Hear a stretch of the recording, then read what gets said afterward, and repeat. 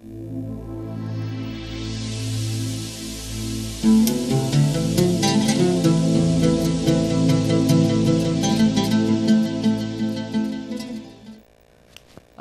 pemirsa, di segmen terakhir ini kita ingin membaca contoh dari Al-Quran palsu yang diciptakan oleh Musailamah Kadzdzab. Nabi palsu ini, Musailamah Kadzdzab ini nabi palsu dan mati dibunuh oleh di zaman Khalifah Abu Bakar. Jadi apa kata Musailamah Kadzdzab ini? Dia tiru-tiru ayat Quran. Ya Difda, wahai dua anak kata. Jadi ya Difda, wahai dua anak kata. Jadi kan aneh. Apa makna dua anak kata itu? Makna yang sangat rendah di segi sastra.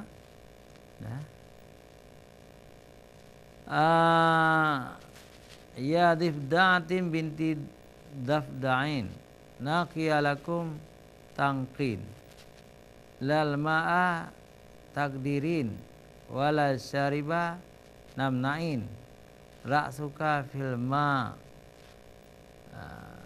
wa dzambuka mintin.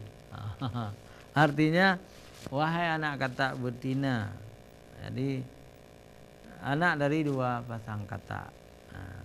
Bersihlah apa yang kamu bersihkan.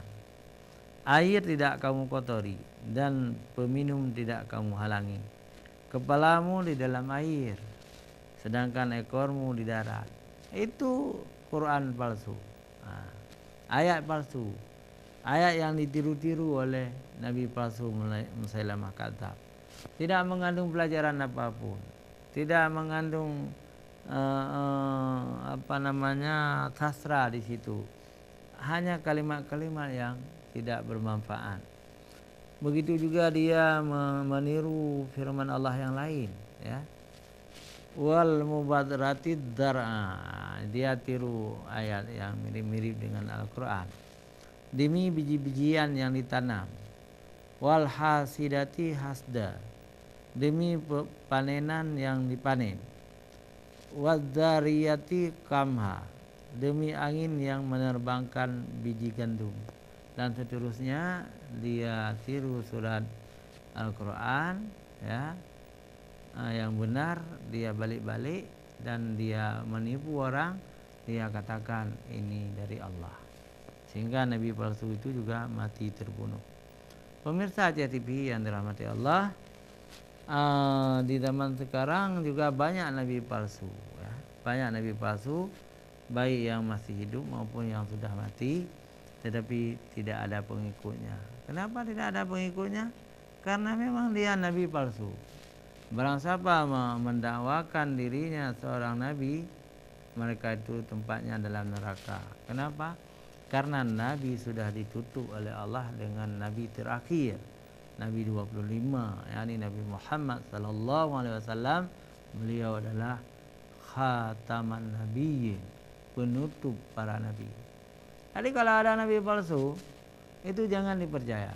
Kalau ada orang yang mendakwakan dirinya nabi, itu adalah pendusta, tidak benar. Baik pemirsa Aceh TV yang dirahmati Allah, saya ingin melihat lagi SMS. Apakah ada yang masuk SMS, ya? Tadi kita sudah buka YouTube tentang berita ayat Quran palsu. Baik pemirsa Aceh TV yang dirahmati Allah, ternyata ada dari Riki di Darussalam. Assalamualaikum warahmatullahi wabarakatuh. Waalaikumsalam. Ustaz, saya ingin bertanya, apakah kita membaca Al-Quran itu boleh sambil duduk, sambil berbaring, atau bersandar, dan apakah membaca Al-Quran itu perlu wudu? Kalau tidak ada wudu bagaimana? Wassalam, Riki di Darussalam. Riki yang saya muliakan, membaca Al-Quran memang ada adabnya, ya, ada adabnya.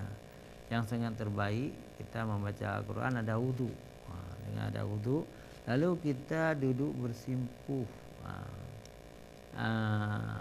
menghadap kiblat, kemudian membuka Al-Quran pelan-pelan. Itu adab membaca Al-Quran.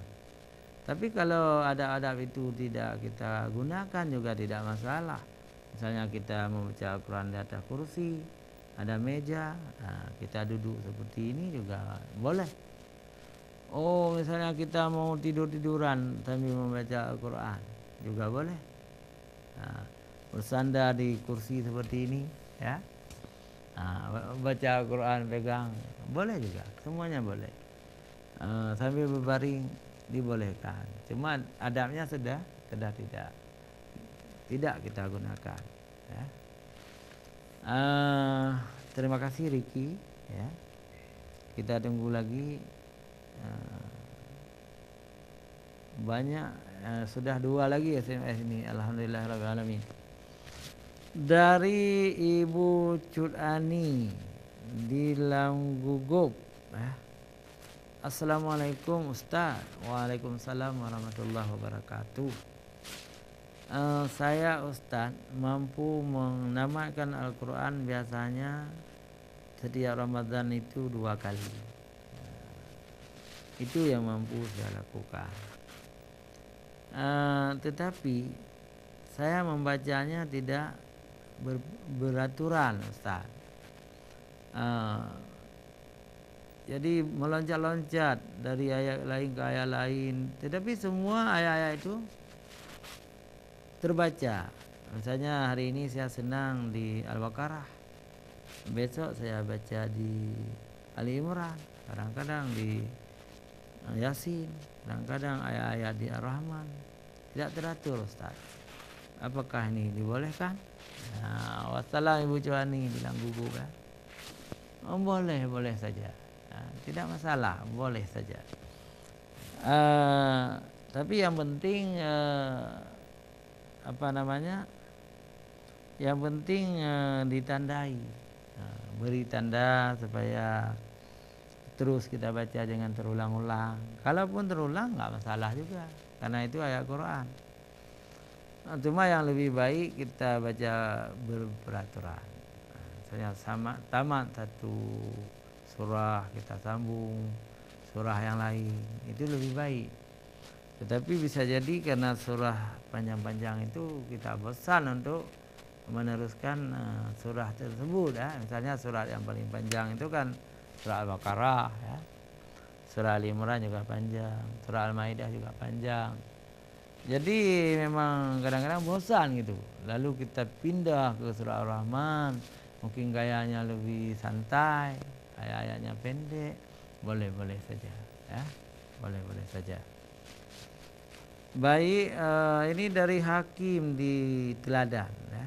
Dari Hakim di Teladan. Apa ini, Jalan Teladan? Bagaimana? Ustaz, saya kalau sudah habis tarawih biasanya saya baca tafsir, bukan baca Al-Quran. Apakah dapat pahala? Saya membaca tafsir Al-Misbah Ustaz. Ya, dapat insyaallah.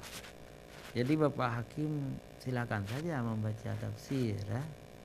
Tafsir Al-Misbah boleh, tafsir Buya Hamka boleh, tafsir Ibnu Katsir, tafsir Jalalain yang sudah diterjemahkan. Itu sangat bermanfaat kalau kita membaca. Silakan membacanya. Baik, Pak Hakim di Teladan, 2 SMS sudah saya baca. Silakan lagi kalau ada yang ingin SMS, ya. Kita baca semua, ya. Kita baca semua demi dakwah Islamiyah. Pemirsa CDV, sambil kita menunggu SMS lagi, ya, saya ingin katakan bahwa Al-Quranul Karim ini telah digunakan oleh banyak manusia untuk mempelajari ilmu pengetahuan. Di dalam Al-Quran, dalam surah Ar-Rahman itu ada ayat ya, ya ma'syaral jinni wal insi ini istata'tum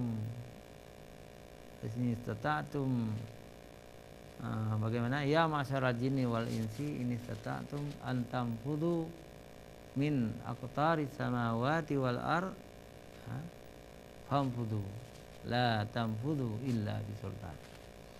Wahai masyarakat jin dan manusia, apabila kalian mampu naik ke langit, menembusi langit, silakan. Tetapi kamu tidak mampu menembusinya kecuali bisultan. Diterjemahkan oleh para ulama, bisultan itu kekuatan. Kekuatan diterjemahkan lagi oleh para ulama adalah ilmu pengetahuan. Nah, sekarang ada beberapa negara yang sudah mampu menembus angkasa luar. Mereka naik ke bulan, naik ke di atas lagi, konon sudah naik juga ke Mars ya. Mereka meneliti di planet-planet itu. Ada yang mereka tidak naik tetapi mereka bisa meneropong ada apa di planet yang lain. Ada apa di planet Jupiter, ada apa di planet Ratu dan sebagainya. Ini adalah berita yang diberi motivasi.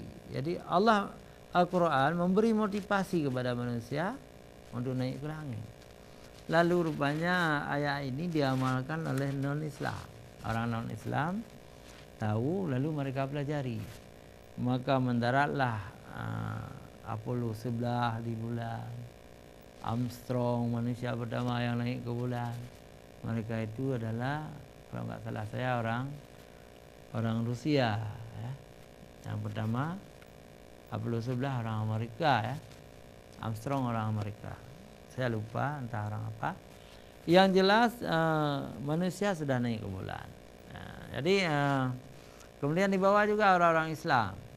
Seperti Pangeran Abdullah almarhum, waktu jadi pangeran Arab Saudi, dia dibawa oleh Amerika naik ke bulan.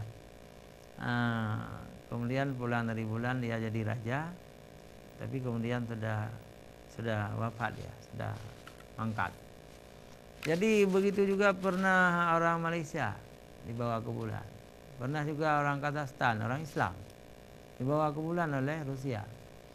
Nah, semua itu adalah ilmu pengetahuan yang diisyaratkan oleh Allah dalam Al-Quran surah Ar-Rahman, bahwa manusia itu bisa menembus angkasa luar dengan ilmu pengetahuan. Kenapa kita orang Islam belum mampu? Itulah karena ketinggalan teknologi. Kita orang Islam ketinggalan teknologi. Tetapi tidak kemungkinan di masa yang akan datang orang Islam juga bisa naik ke bulan. Pemirsa CTV yang dirahmati Allah Subhanahu wa taala, banyak hal lain juga di dalam Al-Quran disebutkan. Misalnya Allah itu Rabbul Masyriqaini wa Rabbul Maghribain. Allah itu pemilik dua timur dan pemilik dua barat. Apa yang disebut Allah itu pemilik dua timur dan pemilik dua barat? Ada ulama dulu mengatakan dua barat, satu barat dunia, satu barat akhirat, satu timur dunia, satu timur akhirat nanti. Tetapi ilmu pengetahuan terakhir, para ahli astronomi menyebutkan matahari 6 bulan bergeser ke selatan, 6 bulan bergeser ke timur laut. Waktu terbenam juga begitu. Matahari waktu terbenam kalau dari timur laut, mereka itu terbenam ke barat daya. Dari tenggara terbenam ke barat laut. Nah, ini adalah dua barat, juga dua timur. Masya Allah. Jadi luar biasa. Pemirsa JTV yang dirahmati Allah, waktu sudah meninggalkan kita. Mudah-mudahan apa yang saya sampaikan ini berguna bagi kita semuanya. Hadanallahu wa iyyakum ajma'in. Wassalamualaikum warahmatullahi wabarakatuh.